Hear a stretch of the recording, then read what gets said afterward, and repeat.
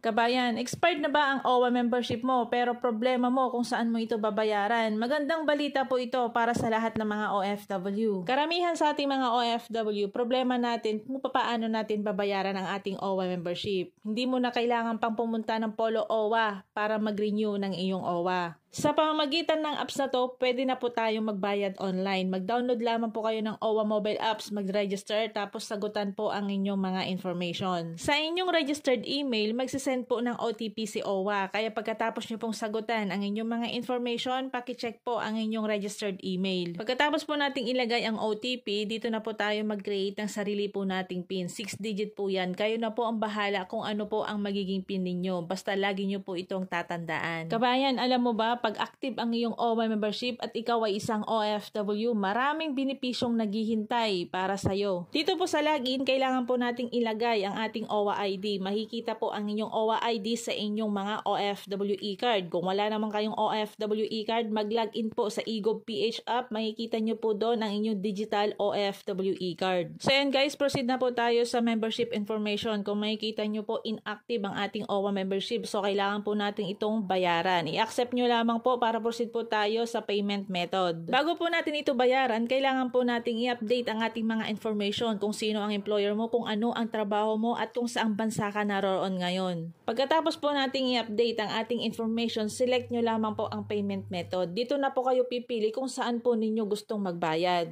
Pwede po tayo magbayad sa pamamagitan ng GCash o kaya Paymaya. Papaano kung wala kang GCash dahil nasa abroad ka? Pwede mo pong i-forward ang reference number sa iyong pamilya para sila po ang magbayad. Paalala ko lamang po sa mga OFW kasambahay na nagtatanong bakit daw hindi binabayaran ng kanilang mga employer ang kanilang OWA membership. Bilang tayo po ay isang OFW, obligasyon po nating bayaran ang ating OWA membership dahil tayo po ang makikinabang at hindi po si employer. Pero kung first time mong aalis ng bansang Pilipinas para magtrabaho abroad, binabayaran na po yan ng agency. Pagkalipas ng 2 taon o kaya naman 24 months, kailangan po nating itong i-renew at sarili po nating pera ang ating pambayad. Dahil po ang OWA membership, valid lamang po ito ng 24 months o katumbas po ng 2 taon. Kaya kabayan, kung isa kang OFW, i-renew mo na ang iyong OWA membership. Maraming benepisyong naghihintay para sa'yo, lalo na pag umuwi ka ng Pilipinas. Baka makapag-avail ka ng balik Pinas, balik hanap buhay at marami pang iba. So yan guys, tapos na tayong nagbayad ng ating OWA membership. Meron po itong 30 pesos na convenience fee. I-check nyo lamang po ang inyong registered email para sa confirmation po ng inyong pagbayad. Paalala ko lamang guys, ma-update po ang inyong bayad pagkalipas po ng 3 araw. Paalala ko lamang po sa mga OFW, hindi po mandatory ang pagbayad ng OWA membership. Choice po natin yun kung gusto po nating i-renew ang ating OWA membership.